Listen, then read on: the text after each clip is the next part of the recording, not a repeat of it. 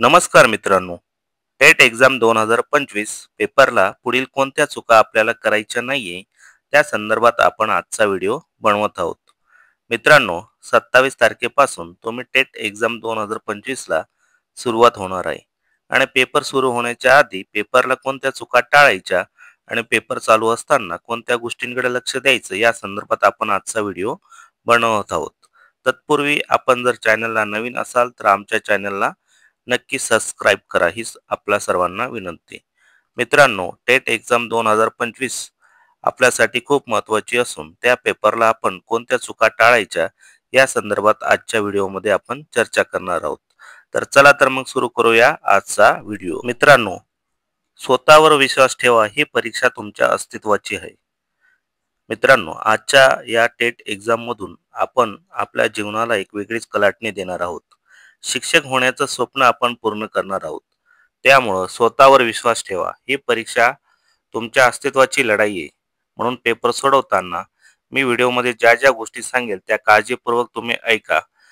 माझ्या या व्हिडिओमधून तुम्हाला 15 ते 20 मार्क्सचा नक्कीच फायदा होणार आणि आपण या व्हिडिओमध्ये महत्त्वाचे मुद्दे विचारात घेतलेले. म्हणून माझ्या या व्हिडिओला सुरुवात करण्याआधी तुम्ही तुमच्या स्वतःच्या क्षमतांवर विश्वास ठेवा, अशीच तुम्हाला नम्र विनंती. चला तर मग बघूया पुढे. मित्रांनो, परीक्षेसाठी आवश्यक साहित्य एक दिवस आधीच करून ठेवा. परीक्षेच्या दिवशी तुम्हाला जर तुमची धावपळ टाळायची असेल तर परीक्षेसाठी आवश्यक असलेले जे साहित्य आहे आपलं, उदाहरणार्थ तुमचं हॉल तिकीट, ओरिजिनल आधार कार्ड, पॅन कार्ड, जो पण ID प्रूफ तुम्ही नेणार आहेत, एक बॉल पेन, अशा ज्या महत्त्वाच्या गोष्टी आहेत त्या तुम्ही एक दिवस आधीच परीक्षेच्या त्याची तयारी करून ठेवा. प्रवेश पत्राची झेरॉक्स कलर किंवा ब्लॅक व्हाईट असली तरी चालते. प्रवेश पत्र जे आहे मित्रांनो, ते झेरॉक्स किंवा कलर मध्ये त्याची प्रिंट असली तरीही चालतं. बरेच विद्यार्थ्यांचा प्रश्न होता की सर, झेरॉक्स ही कलर किंवा ब्लॅक व्हाईट असावी, या संदर्भात मार्गदर्शन करा. तर ते ब्लॅक व्हाईट असले तरीही काहीही अडचण नाही. सोबत पुढील पैकी एक ओरिजिनल ओळखपत्र तुम्ही घेऊन जा. त्यामध्ये आधार कार्ड, पॅन कार्ड, मतदान कार्ड किंवा ड्रायव्हिंग लायसन्स चालते. आणि मित्रांनो, याची एक झेरॉक्स कॉपी ही तुमच्या सोबत असू द्या. परीक्षेच्या दिवशी परीक्षा केंद्रावर वेळेवर पोहोचा, कारण की IBPS चा आजपर्यंतचा इतिहास आहे मित्रांनो. 5 मिनिटं उशीर झाला तरीही गेट बंद होऊन जातो. त्यानंतर कोणालाही आतमध्ये घेतले जात नाही. तुम्ही बाहेरून किंवा बाहेर जिल्ह्याहून किंवा कुठूनही तुम्ही प्रवास करणार असाल तर ही गोष्ट गांभीर्याने घ्या की तुम्ही परीक्षा केंद्रावर जो तुमचा रिपोर्टिंग टाइम आहे त्यापेक्षा 10 ते 15 मिनिटं आधी पोहोचा. त्यामुळे तुमची धावपळ होणार नाही. आणि सगळ्यात महत्त्वाची गोष्ट मित्रांनो, तुम्हाला जो संगणक दिला गेला आहे त्याचा माऊस व्यवस्थित काम करतोय की नाही करतोय ते आधी तुम्ही बघून घ्या. कारण की तुमचा जर माऊसचा स्पीड स्लो असेल तर त्याचा टायमिंग वरती खूप परिणाम होत असतो. त्यामुळे तुम्हाला जो संगणक दिला आहे त्याचा माऊस व्यवस्थित काम करतोय की नाही करतोय ते सुरुवातीला तुम्ही बघून घ्या. पेपर सोडवताना योग्य नियोजन करा. एखादा प्रश्न अडत असेल तर त्याला जास्त वेळ देऊ नका. कारण की मित्रांनो, IBPS जी आपली एक्झाम घेते टेट, यामध्ये वेळेचं खूप महत्त्व असतं. त्यामुळं पेपर सोडवताना तुम्हाला जर एखादा प्रश्न अडत असेल तर तो तिथं जास्त वेळ तुम्ही खर्च करू नका. तुम्ही पुढच्या प्रश्नाकडे गेलात तरी चालेल, पण जाण्याआधी तो प्रश्न तुम्ही इलिमिनेशन मेथडने सोडवून मगच पुढे जा, पण त्यासाठी जास्त वेळ त्याला देऊ नका. परीक्षेला वेळ पुरत नसल्याने कोणताही प्रश्न नंतर सोडवण्यासाठी ठेवू नका.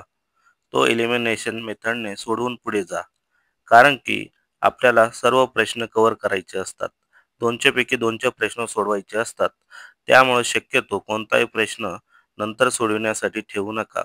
जो प्रश्न अडत असेल तो एलिमिनेशन मेथडने सोडवून पुढे जा. वाटल्यास तुम्हाला जर पुढे वेळ पुरत असेल तर त्या प्रश्नाचा क्रमांक तुम्ही एखाद्या कागदावरती लिहून ठेवा, म्हणजे तुमच्या लक्षात राहील. पण कोणताही प्रश्न सोडवण्यासाठी नंतर ठेवू नका. परीक्षेला एखादा प्रश्न सुटत नसेल तर मानसिक तणाव योग्य प्रकारे हाताळा, कारण की ही संधी पुन्हा नसते. तणावामध्ये आपण आपला कॉन्फिडन्स लेवल आपली लो होण्याची शक्यता असते आणि आपण जे प्रश्न पुढे सोडवू शकतो तेही आपल्याकडनं सुटत नाही.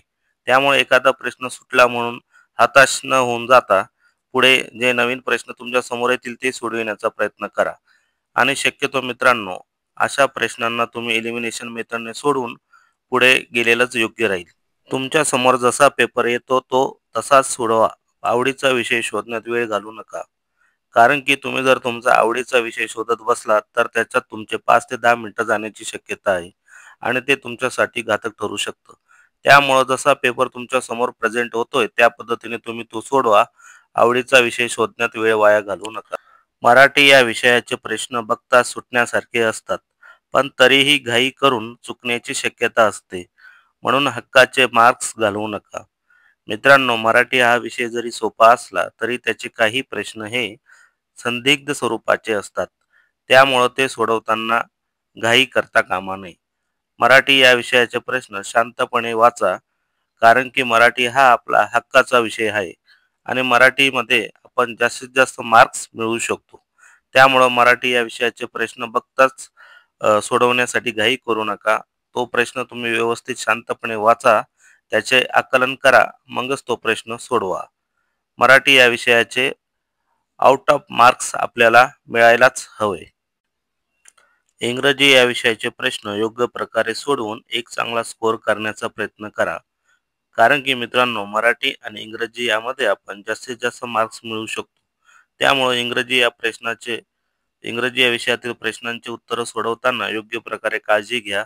सिली मिस्टेक्स टाळा, जेणेकरून आपले मार्क्स वाढतील. इंग्रजी हाही विषय तितकाच सोपा आहे जितका मराठी हा विषय आहे. त्यामुळं इंग्रजी या विषयाचे मार्क्स जाता कामा नये. मानसशास्त्र या विषयाचे प्रश्न उपयोजनात्मक असतात, म्हणून सकारात्मक उत्तर द्या. या विषयात पैकीच्या पैकी मार्क्स आपण घेऊ शकतो. मानसशास्त्र या विषयाचे प्रश्न विचारताना तुम्हाला ज्या काहीही संकल्पना किंवा तुमच्या पुढं जे जे हेतू मांडले जातील किंवा एखादी परिस्थिती कशा पद्धतीने हाताळावी या संदर्भातील प्रश्न विचारले जातील, तेव्हा तुम्ही सकारात्मक दृष्टिकोन ठेवून त्या प्रश्नांची उत्तरे द्या. उत्तरे शक्यतो होकारार्थी द्या, जेणेकरून तुम्ही मानसशास्त्र या विषयात चांगल्या प्रकारे मार्क्स मिळवू शकतात. गणित व बुद्धिमत्ता सोडविण्यासाठी कोरे पेपर परीक्षा केंद्रावरच मिळत असतात. त्यामुळे आपण ते सोबत नेऊ नाही. कारण की आपण सोबत नेलेले पेपर्स आपल्याला मध्ये नेऊ दिले जात नाही आणि आपल्याला तिथे गणित सोडविण्यासाठी पाहिजे तितके पेपर्स अवेलेबल असतात. गणित या विषयाचे उदाहरण सोपे असतात, सुटण्यासारखे. तरीही वेळेचं नियोजन करून सोडवा. गणितातील ज्या उदाहरणांमध्ये तुमचा जास्त वेळ जातोय असं तुम्हाला वाटत असेल, तर ते उदाहरण तुम्ही एलिमिनेशन मेथडने सोडून पुढे जा. पण एक वेळेचं सकारात्मक नियोजन तुम्ही ठेवा. तरीही गणितातील जे सोपे सोपे प्रश्न सुटण्यासारखे असतात, ते सर्व प्रश्न सोडविण्याचा तुम्ही प्रयत्न नक्कीच करा. बुद्धिमत्ता हा हक्काचा मार्क्स देणारा विषय आहे मित्रांनो. म्हणून या विषयात तुम्ही जास्तीत जास्त मार्क्स मिळवू शकतात. सोपे सोपे उदाहरण बुद्धिमत्तेचे विचारले जातात. बैठक व्यवस्था, गाळलेले अंक शोधा, अशा सोप्या प्रश्नांमधून आपण जास्तीत जास्त मार्क्स मिळवू शकतो. त्यामुळं बुद्धिमत्ता हा आपला हक्काचा विषय आहे आणि त्यामध्ये आपण जास्तीत जास्त मार्क्स घेतले पाहिजे. गणित व बुद्धिमत्ता या विषयात एका प्रश्नावर 5 प्रश्न विचारले जातात. म्हणजे एक उदाहरण दिलेलं असतं मित्रांनो आणि त्या उदाहरणाच्या बेसिसवर आपण 5 मार्क्स मिळवू शकतो.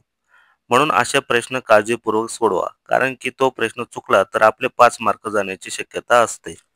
शेवट तुम्हा सर्वांना परीक्षेसाठी खूप खूप शुभेच्छा.